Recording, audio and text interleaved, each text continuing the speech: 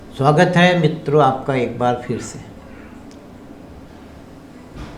जन्म मृत्यु पुनर्जन्म मोक्ष की श्रृंखला में हमने जन्म पर 3-4 वीडियो जिसके पहले डाले हैं और भी मेरे 3-4 वीडियो जन्म पर आने वाले हैं।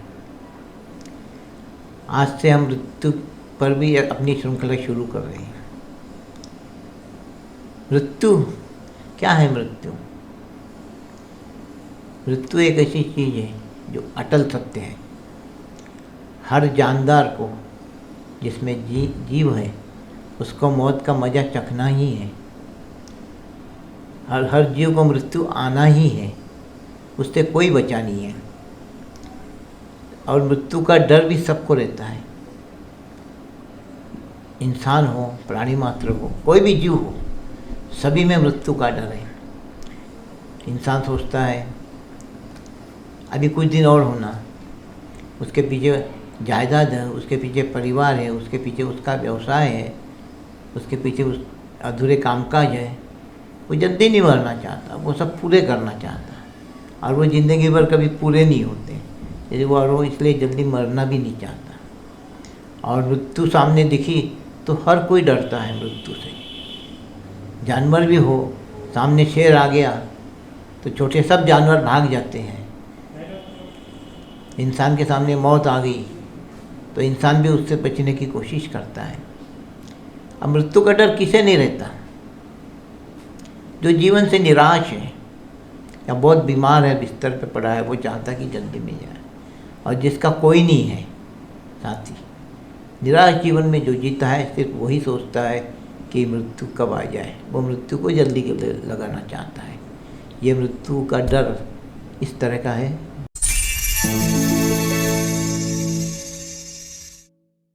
मृत्यु की शुरुआत कहाँ से होती है? तो मृत्यु की शुरुआत होने के पहले जन्म होता है। अब जन्म कहाँ से शुरू हुआ?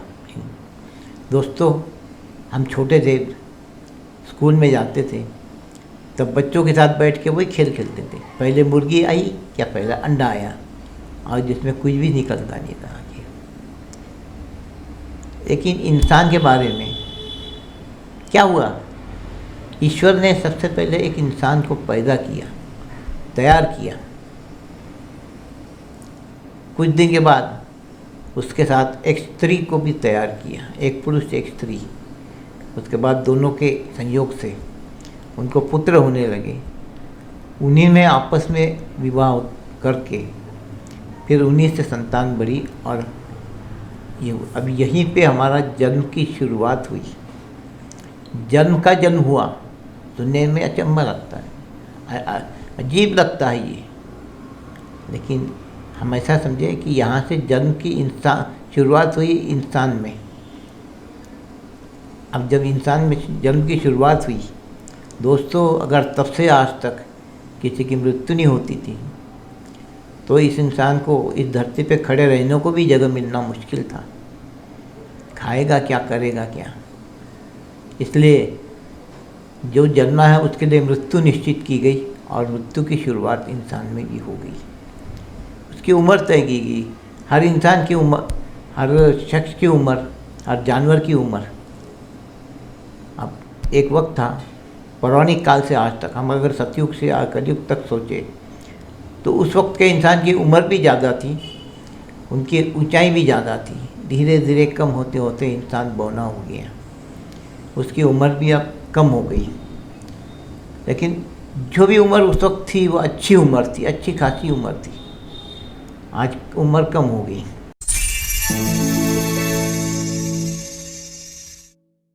इंसान का जन्म होता है, उसके सामने उसका पूरा जीवन है, पूरी जीवन उसकी धड़पड़ रहती है। और बाद में मृत्यु के पहले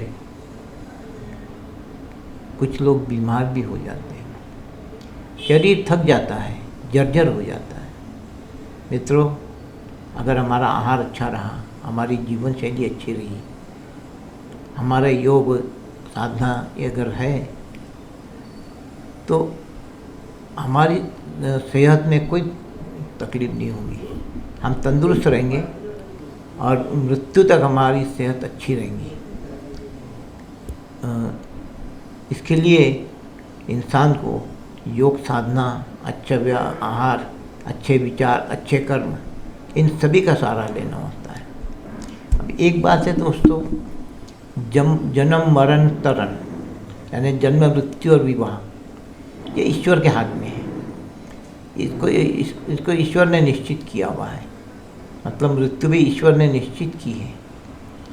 इस मृत्यु को कौन रोक सकता है? कोई नहीं रोक सकता। हाँ, अगर कोई संत है, कोई महात्मा है या कोई आध्यात्मिक शक्ति है, वो उस मृत्यु को कुछ समय के लिए बढ़ा सकते हैं, पर मृत्यु को टाल नहीं सकते। मृत्यु अटल है, मृत्यु टाल नहीं सकते। दोस्तों, ईश्वर ने कई अवतार लिए हैं, लेकिन उन अवतारों को भी मृत्यु देखना पड़ा है, वो भी मृत्युमुखी हुई है। इसलिए मृत्यु किसी को टली नहीं है, मृत्यु ऐसे किसी को टल नहीं सकती। अब एक बात और है दोस्तों, असुरों का जब राज था, कई असुरों ने तपस्या करी है और तपस्या करके अमृत का वरदान पाने की कोशिश की है। अमृत का वरदान तो किसी को मिला नहीं, लेकिन कुछ लंबी उम्र के लिए कुछ कंडीशन पे उनको, कुछ शर्तों के साथ उनको आशीर्वाद दिया गया। एक ही उदाहरण यहाँ बताता हूँ, आगे वो अपन और देखेंगे। हिरण्यकश्यप को वरदान दिया गया, उसको ना इंसान मार सकता, ना जानवर मार सकता, ना दिन में मौत होगी, ना रात में मौत होगी, ना घर में, ना बाहर, ना अस्त्र से, ना शस्त्र से। उससे अपने आप को सिर्फ समझने लगा और उसका अत्याचार बढ़ा, लेकिन उसकी काट दूसरे अवतार ने की, जो इंसान भी नहीं, जानवर भी नहीं, दोनों का मिक्स। दिन में नहीं, रात में नहीं, शाम में, घर में नहीं, बाहर नहीं, घर की चौखट पे, ना अस्त्र से, ना शस्त्र से, नाखून से उसका वध किया। इसलिए यह है कि अमृत तो किसी को मिला नहीं। कोई भी अमर का कितना भी बड़ा कोशिश कर ले, तपस्या कर ले, उसको अमृत तो नहीं, उसकी लंबी उम्र हो जाती है, लेकिन उसकी जैसे अत्याचार बढ़ता है उस अहंकार से, तो उसके लिए ईश्वर का अवतार लेके उसकी काट ईश्वर के पास रहती है और वो काट के हिसाब से ईश्वर अवतार लेके उसका वध करते हैं।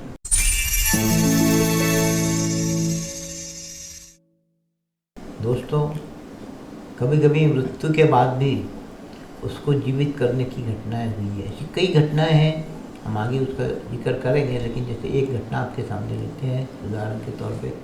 सत्यवान की मृत्यु हुई। सावित्री ने अपने सत्य के बल से यमराज के पीछे जाके उससे वरदान स्वरूप में उसके प्राण वापस मांग लिए और उसको फिर से जीवित किया।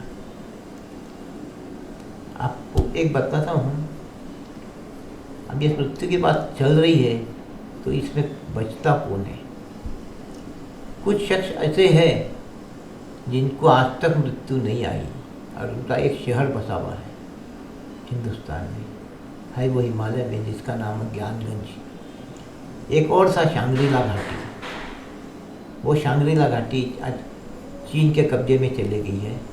वहाँ उस गुफा है वहाँ पे। उस गुफा में चीन ने बहुत कोशिश की, कुछ आदमी भेजे, लेकिन जो गए वो कभी वापस नहीं आया, इसलिए वो बंद कर दिया गया। अब ये जो ज्ञानगंज है, इसको सिद्धाश्रम भी बोलते, संभाला भी बोलते, कई नाम दिए इसको, या भारत का शांग्रीला भी बोल देते उसको। उसके ऊपर चीन ने कई बार ड्रोन भेजे हैं, लेकिन उसको भी कुछ जानकारी मिली नहीं और वो शहर में कोई जा नहीं सकता। जो योगी है या जिसकी वहाँ पहुँच है जाने की, वही वहाँ पहुँच सकता है, क्योंकि वो अलग डायमेंशन में है। वहाँ पे रामायण काल के, महाभारत काल के, जैसे जामवंत है, जैसे परशुराम जी है, विभीषण है, कृपाचार्य जी, ऐसे कई शख्स है अपने जिनको अमरत्व का वरदान है। जब तक सूर्य चंद्र है या जब तक पृथ्वी पे कल की अवतार नहीं आते, तब तक वो वैसे ही रहेंगे और आज भी वो वहाँ पर है। इसके अलावा कई साधु संत ऋषि मुनि, योगी तपस्वी वहाँ पर है, पूरा शहर है वो, वहाँ हम पहुँच भी नहीं सकते।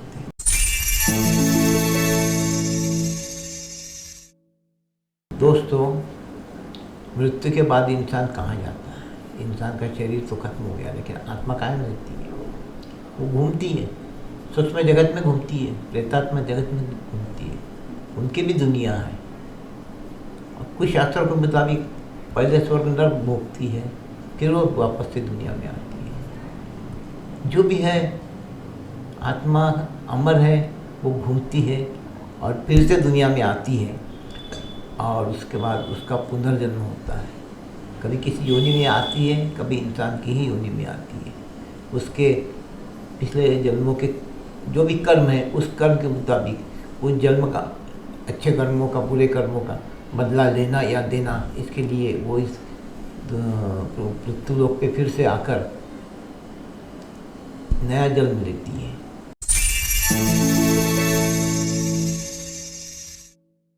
दोस्तों, जब मृत्यु आती है, कभी कभी किसी इंसान को एहसास होता है कि मेरी मृत्यु आने वाली है।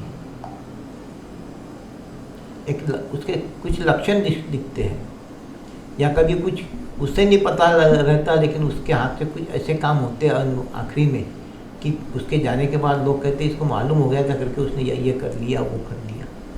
किसी को एहसास होता है, किसी को मृत्यु सामने दिखती है तो वो ना नाराज होता, ना खुश होता, उसको उसका वो अपना भाव बताता भी नहीं कि मुझे मृत्यु आने वाली है। अब मृत्यु के लक्षण जो है, किसी को दिखते, किसी को नहीं दिखते। वैज्ञानिक दृष्टिकोण से देखा जाए तो डॉक्टर, अगर पेशेंट सीरियस है तो डॉक्टर को पता लग जाता है इसकी मृत्यु होना है। इंसान की हालत कैसी है उसके ऊपर इंसान को पता लग जाता है, परिवार वालों को, कि इनकी मृत्यु होना है। या खुद को, उसको अगर कभी कभी महसूस होता है कि अब मेरा बचा नहीं उम्र, कभी उसको ख्वाब में कुछ दृष्टांत होते हैं। लेकिन मृत्यु के लक्षण कभी कई जनों को दिखते हैं, महसूस होते हैं कि मेरी मृत्यु आना है, और वो बता नहीं पाता क्योंकि मेरे को दिखा था। तो मृत्यु के लक्षण हर इंसान को कहीं ना कहीं महसूस हो जाते हैं। दोस्तों, ये मृत्यु के बारे में हमने थोड़ी बहुत जानकारी आपको दी। अभी 3-4 वीडियोज और आना है, उसमें मृत्यु के कई प्रकार हैं। हम मृत्यु के एक एक प्रकार देखेंगे और उसमें पौराणिक घटनाओं का भी कुछ आधार देंगे और कुछ आजकल की घटनाओं का भी आधार देंगे, और आपको अगले एपिसोड में मृत्यु के प्रकार बताएंगे। तो अगर आपको पसंद आया, लाइक कीजिए, सब्सक्राइब कीजिए और शेयर कीजिए। धन्यवाद।